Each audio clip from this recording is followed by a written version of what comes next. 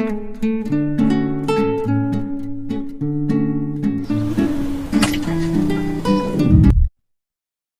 Friends, welcome to Mahathi Sairam channel. ఈ రోజు నుంచి చిన్నారులకు చందమామ కథలు సీరియల్స్ గా చెప్పబోతున్నాను. ఈవేళ చెప్పబోయే కథ అనుకోని విజయం. అనగనగా ఒక ఊరుంది. ఆ ఊరిలో ఒక గొప్ప పండితుడున్నాడు. ఆయన మంచి ధనవంతుడు కూడాను. ఆయనకు ఒక అందమైన కూతురుంది. ఆ అమ్మాయి కూడా చాలా తెలివిగల పిల్ల. అయితే ఆమెకి వివాహం వయసు వచ్చింది కదా, పెళ్లి చేయాలనుకున్నాడు తండ్రి. అయితే ఆమె వచ్చిన ప్రతి పెళ్లి కొడుకుని కొన్ని ప్రశ్నలు అడిగి వాడు సమాధానం చెప్పలేకపోతున్నాడు కనుక నేను ఇతన్ని వివాహం చేసుకోనని చెప్పి దాటేస్తూ వస్తోంది. అలాగే తన ఇంటికి అదే ఊర్లో ఉన్న ఒక పేద బ్రాహ్మణుడు, అతని తండ్రి యాయవారం చేసుకుంటూ ఉంటాడు. ఈ పిల్లాడు బాగా చదువుకున్నవాడు, మంచి విద్యావంతుడు, బుద్ధిమంతుడు. అతనికి ఇంకా బాగా చదువుకోవాలి, గొప్ప వాళ్ళ దగ్గర నేర్చుకోవాలనే ఆశ కలిగి అక్కడికి వెళ్ళడానికి ధన సహాయం కావాలి కనుక ఈ బ్రాహ్మణ్ణి అడిగితే ఇస్తాడు అనే ఆలోచన వచ్చి వీళ్ళింటికి వస్తాడు.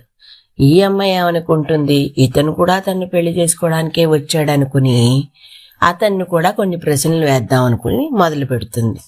అతనితోటి నాకు ఒక అనుమానం ఉంది, అది మీరు తీర్చాలి అని అడుగుతుంది. దానికి అతను సరే అడగండి అని చెప్తాడు. చెప్పినప్పుడు ఈ లోకంలో సుఖపడి పై లోకంలో కూడా సుఖపడేవాడెవడు, ఈ లోకంలో కష్టపడి పై లోకంలో కూడా కష్టపడేవాడెవడు అని అడుగుతుంది. దానికి అతను ఈ లోకంలో సుఖపడేవాడు సన్యాసి. అతనికి సంసారం మీద మమకారం ఉండదు. దొరికిన చోట తింటాడు, దొరికిన చోట ఉంటాడు, పోతే బాధపడ్డు, పోయిందని దానికోసం వెంపర్లాడ్డు. అంచేత ఇక్కడున్నంతసేపు కూడా సుఖంగానే ఉంటాడు. ఈ సంసారాన్ని త్యజించాడు, ఆశల్ని జయించాడు కనుక పైలోకానికి వెళ్ళాక కూడా మంచి సుఖంగా జీవిస్తాడు.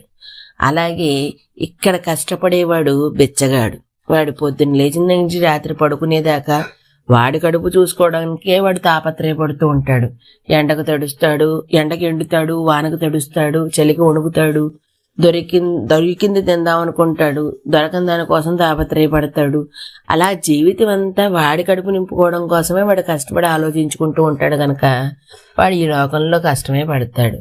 వీడు పోయాక కూడా పై లోకానికి వెళ్ళిన తర్వాత కూడా కష్టపడతాడు. ఎందుకంటే ఒక మనిషికి పిలిచివాడు గుప్పుడు అన్నం కూడా పెట్టలేదు కదా, పెట్టే అవకాశం వాడికి లేదు కనుక అందుకని అక్కడ కూడా వాడు కష్టపడతాడు అని చెప్పి సమాధానం చెప్తాడు.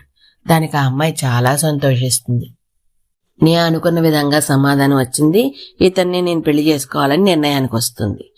అయితే ఈ అబ్బాయికి ఆ అమ్మాయిని పెళ్లి చేసుకోవాలన్న ఆలోచన లేదు కదా. ఇతను ఇంకా చదువుకోవడానికి పైకి వెళ్ళాలి, గొప్ప వాళ్ళని కలవాలనుకుంటున్నాడు. అందుకని దానికి ఈ అమ్మాయి ద్వారా తన తండ్రి దగ్గర, అంటే ఆ అమ్మాయి తండ్రి దగ్గర డబ్బు అడగచ్చు అని చెప్పి అనుకుని, సరే నేను నిన్ను ఒక ప్రశ్న వేస్తాను, దానికి సమాధానం నువ్వు చెబితే సరి, చెప్పలేకపోతే కనుక మీ నాన్నగారి దగ్గర నుంచి నాకు కొంత ధన సహాయం చేయించాలి అని అడుగుతాడు. దానికి ఆ అమ్మాయి సరే అడగండి అని అంటుంది. అంటే ఈ లోకంలో కష్టపడి పై లోకంలో సుఖపడేవాడెవడు, పై లోకంలో సుఖపడి ఈ లోకంలో కష్టపడేవాడెవడు అని అడుగుతాడు. అంటే ఈ అమ్మాయి ఓ నిమిషం ఆలోచించి, ఈ లోకంలో కష్టపడేవాడు యోగి.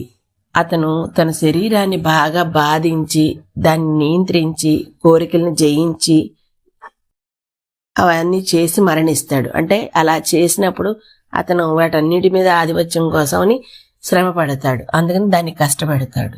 అలాగే అతను పోయిన తర్వాత పై లోకంలో సుఖపడతాడు.